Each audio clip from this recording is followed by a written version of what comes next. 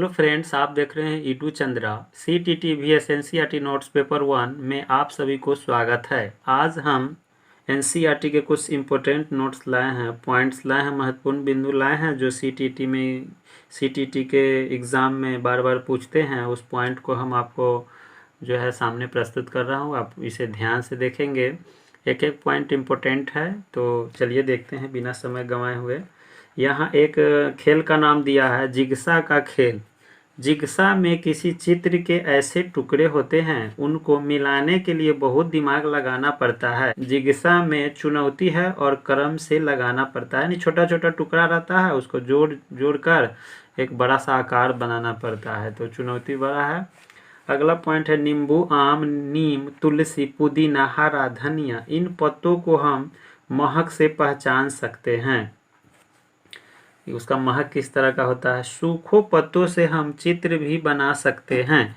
अगला पॉइंट है मशहूर कलाकार विष्णु चिंचालकर जो इंदौर मध्य प्रदेश में है, ऐसे सूखे पत्तों से बढ़िया चित्र बनाते थे जानवर का। यह कलाकारी भी उन्हीं से प्रेरित है, यानी सूखे पत्ते से कौन चित्र बनाते थे, तो विष्णु चिंचालकर थे और मध्य प्रदेश इंदौर के रहने वाले थे, याद रखना है, पत्तों से चित्र बना देते थे।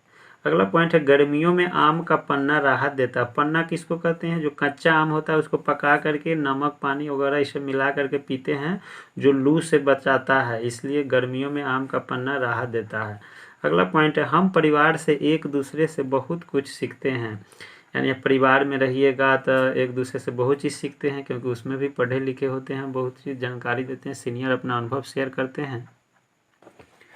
अगला पॉइंट है बाजरे की रोटी होती है, लंगर में दाल रोटी मिलती है, अंडे की भुजिया भी बनती है।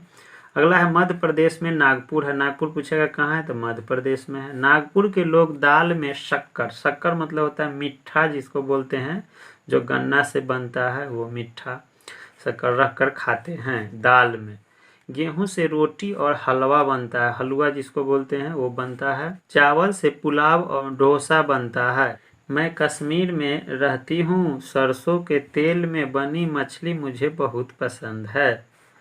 अगला है गोवा के लोग मछली को नारियल तेल में बनाते हैं और खाते हैं, और समुद्री मछली रहता है और नारियल के तेल में बनता है, लेकिन कश्मीर के लोग जो है कौन सी के तेल में बनाते हैं, तो सरसों के तेल में। अगला पॉइंट है हमारा सहजन के फूल के पकौड़े खाए जाते हैं कहाँ, तो महाराष्ट्र में सहजन होता है, जिसको हम लोग सोइजन भी बोलते हैं। अगला हमारा पॉइंट है कचनार के फूल की सब्जी यूपी यानी उत्तर प्रदेश के लोग खाते हैं। अगला पॉइंट है मुक नाटक बिना बोले खेला जाता है। इसमें 7 यानी 7 आदमी रहता है। मुक मतलब बिना बोले, शांत, साइलेंट। अगला पॉइंट है हम सब में अलग अलग तरह की क्षमताएं हैं, मतलब जो कार्य करने की क्षमता हो या पढ़ने की क्षमता हो, सबका अलग अलग होता है। छोटा बच्चा हाव भाव से समझते हैं। ज़्यादा अगर छोटा बच्चा उसको कविता पढ़ाइए, कोई कहानी या कोई भी किताब के पाठ पढ़ाइएगा तो उसको हाव भाव ज़्यादा कीजिएगा तो ज़्यादा समझेगा, ज़्यादा रुचि लेगा, पढ़ेगा ध्यान से। ये थोड़ा बाल विकास से या शिक्षण शास्त्र का प्रश्न है। चेहरों को देखकर हम समझ जाते हैं कि कौन खुशी है और कौन दुखी है। अगला हमारा पॉइंट है नाच से भी हम अपनी बात दूसरे तक पहुंचा सकते हैं। नाच मतलब डांस वगैरह करके। नाच में इशारों और चेहरे के हाव भाव का इस्तेमाल करते हैं, जिन्हें मुद्राएं कहते हैं, यानी अपना चेहरा को हाव भाव दिखाते हैं, उससे पता चल जाता है कि क्या कहना चाहता है। कांसा, ब्रॉन्ज जिसको अंग्रेजी में बोलते हैं, 2 धातुओं का मिश्रण है। ये 2 धातुएं हैं तांबा और टीन, यानी आपसे पूछेगा परीक्षा में कि कांसा कौन सी से बना है या ब्रॉन्ज, उसको अंग्रेजी में कहते हैं, तो आप वह तांबा और टीन टिक लगाइएगा। उसमें तांबा और जिंक दे देगा, तांबा और टीन दे देगा, तांबा और लोहा दे देगा, तो आपको कांसा देख लेना ब्रॉन्ज, और तांबा और टीन मारना है। चील जिंदा जानवर या रोटी को झपट लेता है। चील जो बोलते हैं ईगल, इसकी पूंछ खांचे जैसी होती है, यानी उसी से पकड़ लेता है, लपक लेता है। अगला पॉइंट है कोयल मधुर संगीत सुनाती है। ऊंचे आकाश में गिद्ध उड़ता है और मरे हुए जानवर खाता है, यानी गिद्ध जो है बहुत ऊंचा उड़ता रहता है और मरा हुआ जानवर को खाता है। रंग सलेटी पंजे वाली क्या होता है? तो कबूतर होता है।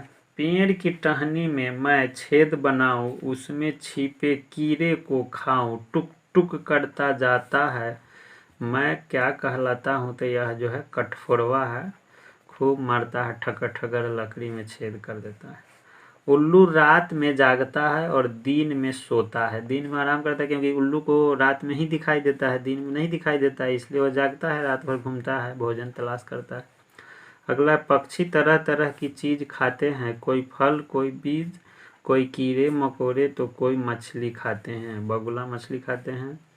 अगला है, मैना झटके से अपना गर्दन आगे पीछे करता है। पूछा हुआ क्वेश्चन भी यही है, कहेगा कौन सा चिड़िया जो है झटके से अपना गर्दन आगे पीछे करता है? तो मैना।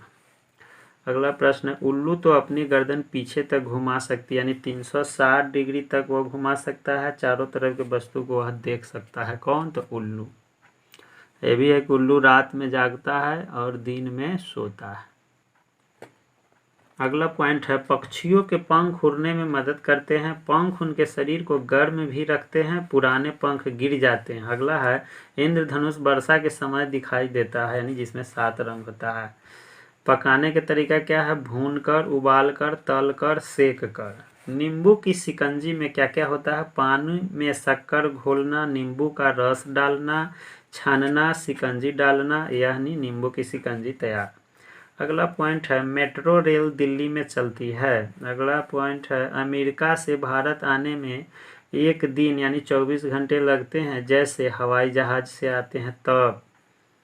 शिमला में ऊंचे ऊंचे पहाड़ है, टेढ़े मेढ़े रास्ते हैं, सवारी में बस और घोड़ा है। कहाँ? तो शिमला कहाँ है? तो हिमाचल प्रदेश में है। ऊंचे ऊंचे पहाड़ है, टेढ़े मेढ़े रास्ते हैं, फिर भी बच्चे स्कूल जाते हैं, वहाँ के सवारी में क्या है? बस और घोड़ा। तो अगला पॉइंट है, पानी को साफ करने का उपाय। पानी को उबाल देना चाहिए ताकि पानी वह जो है साफ हो जाएगा, खराब पानी भी अच्छा हो जाएगा। प्याज की खेती जुलाई महीना में की जाती है, यानी खेती जो है जुलाई महीना में किया जाता है। उसके बाद है जो है बालसाड स्टेशन गुजरात में है। उसके बाद गांधी धाम स्टेशन कहाँ है? तो गुजरात में है। अगला है कि मडगांव स्टेशन गोवा में है। मडगांव स्टेशन गोवा में है। काजीकोड बंदरगाह केरल में है।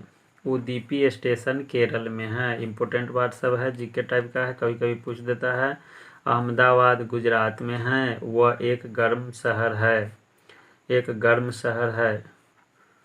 कोट्टायम केरल में है, कोट्टायम केरल में है। गुजरात से केरल तक पहुंचने के लिए महाराष्ट्र और कर्नाटक राज्य रास्ते में आते हैं। अगला पॉइंट है, विलुप्त पक्षी डोडो है। और चावल जो है कहाँ सबसे ज़्यादा उगता है? तो पश्चिम बंगाल में। मक्का सबसे ज़्यादा कहाँ होता है? तो आंध्र प्रदेश में होता है। उसके बाद बाजरा कहाँ होता है? तो राजस्थान में होता है। रागी जिसको हम मरुआ भी बोलते हैं, कर्नाटक में होता है। कपास की खेती सबसे ज़्यादा कहाँ होता है? तो यह महाराष्ट्र व गुजरात में होता है। कपास इट मीन्स पटुआ। प्याज जो है कर्नाटक व महाराष्ट्र में सबसे ज़्यादा होता है। जौ कहाँ होता है? तो जौ उत्तर प्रदेश में होता है। उसके बाद जो है यहाँ दालें जो है कहाँ होता है? तो मध्य प्रदेश में दाल सबसे अधिक होता है। तो आज के लिए इतना ही। वीडियो में मेरे साथ बने रहने के लिए आपको बहुत बहुत धन्यवाद। और ये भी ध्यान रखना है कि यह जो है मेरा सीरीज़ है एक ईवीएस का, जो मैं कई पार्ट में बांट दिया है। एक पार्ट में एक वीडियो में नहीं लाया हूँ कि बहुत बड़ा वीडियो हो जाएगा, इसलिए पार्ट बाई पार्ट बना दिए हैं। तो आप सारा जो है पार्ट को देखें और ईडू चंद्रा को सपोर्ट करें। हूँ अगर इस चैनल को लगातार देखें समझे तो आप सीटीटी ज़रूर पास करेंगे, आशा और उम्मीद है। और तो यहाँ तक वीडियो में बने रहने के लिए आपको बहुत बहुत धन्यवाद। आपका दिन शुभ हो।